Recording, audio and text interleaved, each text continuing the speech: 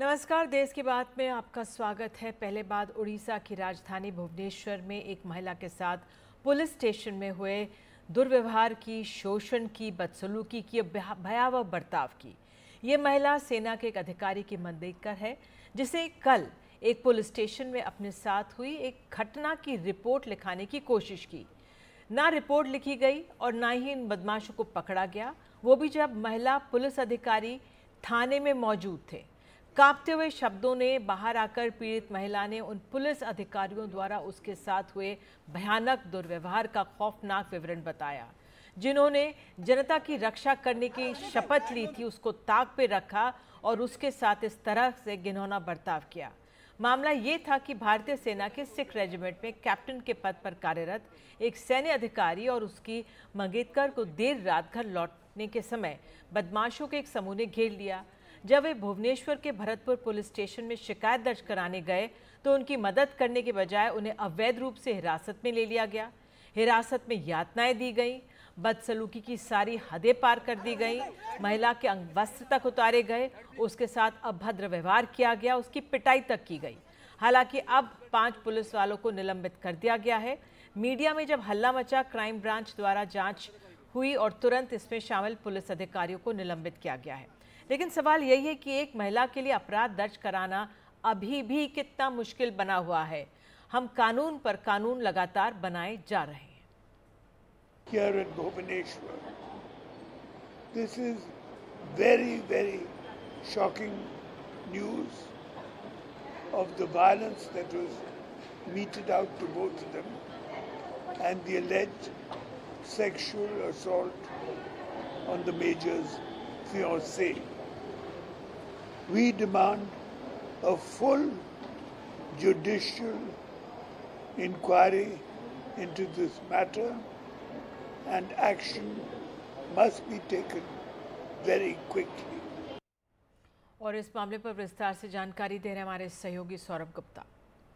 देखिए, उड़ीसा के Bharatpur police station से जो खबरें आ रहे हैं वो चौंकाने वाले हैं, क्योंकि यहाँ पे एक महिला ने ये आरोप लगाया है कि पुलिस स्टेशन के अंदर उनके साथ बदसलूकी की गई थी, उनके साथ सेक्सुअल असॉल्ट भी हुआ है और उन्होंने आज और बुधवार को जब उनको अस्पताल से रिलीज़ किया गया उसके बाद उन्होंने फॉर्मल कंप्लेंट भी लॉन्च किया है। उनको बेल भी दिया गया है हाई कोर्ट की तरफ से। बुधवार को अस्पताल से रिलीज़ होने के बाद उन्होंने अपना फॉर्मल कंप्लेंट लॉन्च किया है। इसके बाद 5 पुलिस ऑफिसर को सस्पेंड किया गया है और CID प्रोब का आदेश दिया गया है उड़ीसा सरकार द्वारा।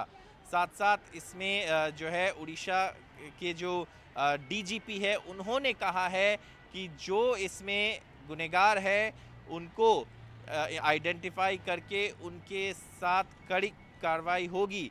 और उन्होंने ये भी कहा है कि यहाँ पे जो है एक ये घटना की जांच CID कर रहे हैं और जो ये महिला है उन्होंने भी फॉर्मल कंप्लेंट लॉन्च किया है। लेकिन चौंकाने वाली बात है कि ये घटना जो है एक पुलिस स्टेशन के अंदर हुआ है एक महिला के साथ और पुलिस ऑफिसर्स के खिलाफ अब कार्रवाई हुआ है। हाई कोर्ट ने इस महिला को बेल दे दिया है क्योंकि इनको अरेस्ट कर लिया गया था और उसके बाद महिला ने जाके पुलिस स्टेशन में कंप्लेंट लॉन्च किया है। हालांकि जब उनका रिलीज़ हुआ आप देख सकते हैं उनके गले पर पूरी तरीके से इंजरीज़ का जो एक वो है दिख रहा है, क्योंकि उन्होंने पूरी तरीके से जो सपोर्ट लगता है वो पहने हुए हैं।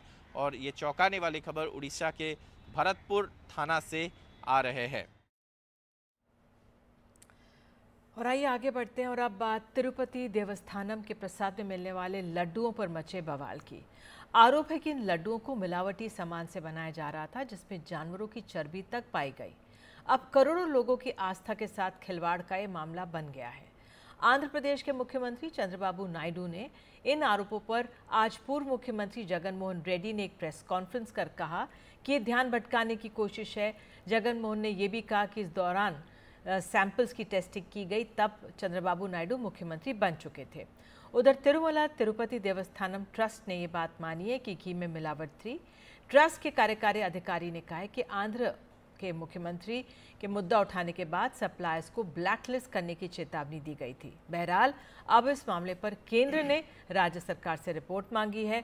साथ ही ये मामला सुप्रीम कोर्ट भी पहुंच चुका है और ये सुप्रीम कोर्ट में भी पूरा मामला गया है। इस पर बात करने के लिए पहले सीधे चलते हैं अपने सहयोगी उमा सुधीर के पास, जो वहां से हमें जानकारी भेज रही हैं। तिरुमला तिरुपति देवस्थानम के सीईओ ने कंफर्म किया है कि जो लैब रिपोर्ट हमने दिखाए थे एनडीटीवी पर, ये कहते हुए कि जो घी इस्तेमाल होना चाहिए था तिरुपति लड्डू बनाने में, उसमें दरअसल फिश ऑयल, बीफ का टैलो और लाड यानी कि सुअर का एक टिश्यू का जो फैट है वो पाया गया था। उनका ये भी कहना था कि जो एजेंसी या जहाँ से ये दूध आया था या घी आई थी उसको भी ब्लैकलिस्ट कर दिया गया है। एआर डायरी जो तमिलनाडु के दिंडगल में बसी है, उन्होंने कहा है कि उनको नहीं लगता कि उनके किसी सैंपल से ये घी निकली थी। और आइए इस पर बात करने के लिए खास मेहमान हैं चला कमार्थी प्रभाकर शर्मा, आध्यात्मिक विचारक हमारे साथ हैं, तिरुपति से हैं। बहुत बहुत धन्यवाद जुड़ने के लिए। पंडित जी, ये बताइए, आस्थावान को बहुत ठेस लगी है इस खबर से, कैसे समझें, ये हुआ कैसे हुआ होगा, आप कैसे देख रहे हैं इसे? देखिए, पहले वेंकटाद्रि समस्तानम ब्रह्मांडे नास्ति किंचनः वेंकटेश समो देवो न भूतो न भविष्यति। देखिए, हमारे कलयुग में बालाजी जो है, वेंकटेश्वर स्वामी जो है, कलयुग का देव माना जाता है और वो अत्यंत पवित्र जगह माना जाता है। और इस पवित्र जगह में जो भी प्रसाद बनाते हैं, प्रसाद जो भी करते हैं या प्रसाद के लिए जो भी सामान भी लाते हैं, वो भक्ति से ही लाते थे, लाना चाहिए और उसी क्रिया से होना चाहिए। अब ये जो मामला जो चल रहा है उसमें अगर हम देखा जाए, पिछले 10 साल से हम देखा जाए तो बालाजी मंदिर के प्रसाद में क्या हो रहा है, पिछले 5-6 साल पहले, विशेष रूप से 10 साल पहले, कोई भी तिरुपति बालाजी मंदिर से लड्डू प्रसाद लाते थे वो 10 साल तक खराब ही नहीं होता 10 दिन तक, पर्टिकुलरली 10 दिन तक उसका कोई खराब ही नहीं होता था। 10 दिन जो है वहाँ पे, मतलब आप कहीं से भी, आप दक्षिण भारत से दिल्ली लेके आए तो 10 दिन तक दिल्ली में रखे तो आपको वो खराब ही नहीं दिखता। पिछले 5 साल पहले से पहले, मतलब पिछले 3-4 साल से विशेष रूप से 4-5 दिन में या 5 या 6वां दिन में जो है वो ख़राब हो जाना, मतलब उसके क्वालिटी में थोड़ा कमी काफ़ी भक्तों को वहाँ महसूस हुआ है।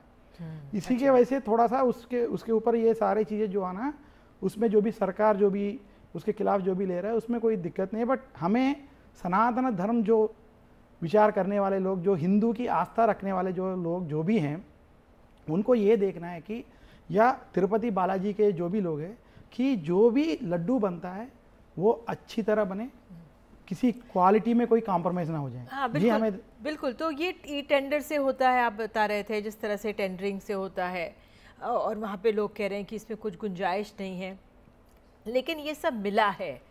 तो क्या आपको क्या पता लगा है वहाँ से, क्योंकि आप तिरुपति से? देखिए, मैं ये तिरुपति बालाजी का जो व्यवस्था है उसमें कोई गड़बड़ की बात नहीं करूँगा, बट ये जो भी चीज़ें आज के डेट में जो सरकार बोल रही है, अगर ये भक्तों के हिसाब से देखें, एक नॉर्मल आदमी के हिसाब से देखें, तो व्यवस्था में अगर कोई चीज़ गलत हो रहा है उसको सरकार सुधारना चाहिए।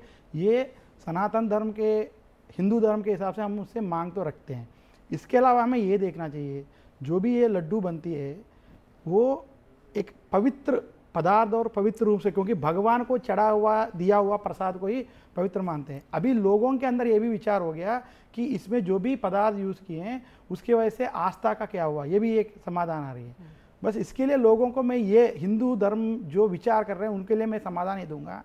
जैसे हमारे हर साल हर नदी में कोई कुंभ मेला होता है, पुष्करास होता है, उस नदी में थोड़ा सा कहीं से भी कोई चीज़ मिलावट आके होती है।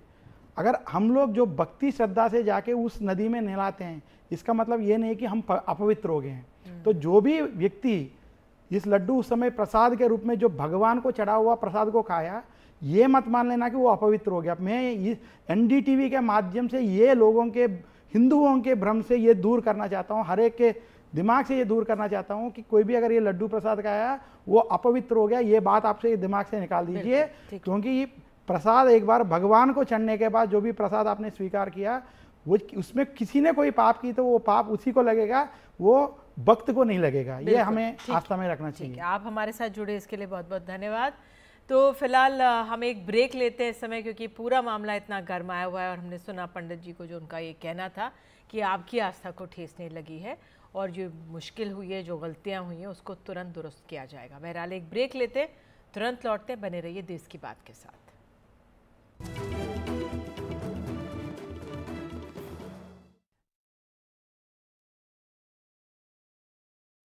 बात अब महाराष्ट्र की। बदलापुर नाबालिग बच्चियों के साथ यौन उत्पीड़न मामले में जांच कर रही स्पेशल इन्वेस्टिगेशन टीम ने कोर्ट में चार्जशीट दायर कर दी है। इस चार्जशीट में आरोपी की पहली पत्नी को मुख्य गवाह बनाया गया है।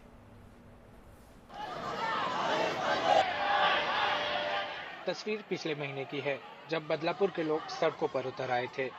एक स्कूल में 2 बच्चियों के यौन उत्पीड़न के खिलाफ उन्होंने रेल रोको आंदोलन किया था। मामले की जांच कर रही एसआईटी ने अब चार्जशीट दाखिल कर दी है।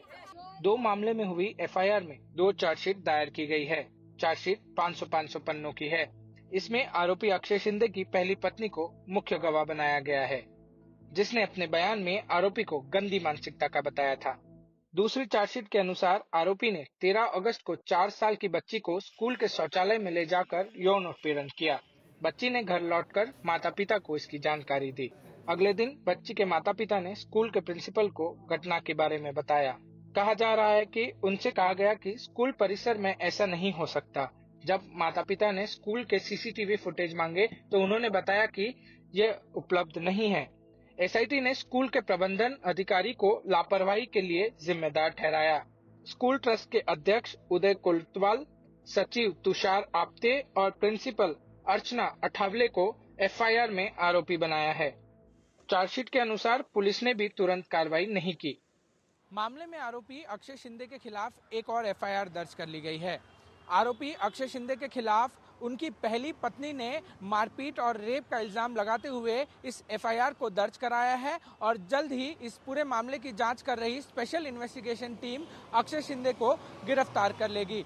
वहीं बदलापुर स्कूल में हुए 2 बच्चियों के साथ यौन उत्पीड़न मामले में भी स्पेशल इन्वेस्टिगेशन टीम इस मामले को फास्ट ट्रैक कराने की पुरजोर कोशिश कर रही है। मुंबई से कैमरामैन सचिन सावंत के साथ पारस दामा, एनडीटीवी इंडिया के लिए।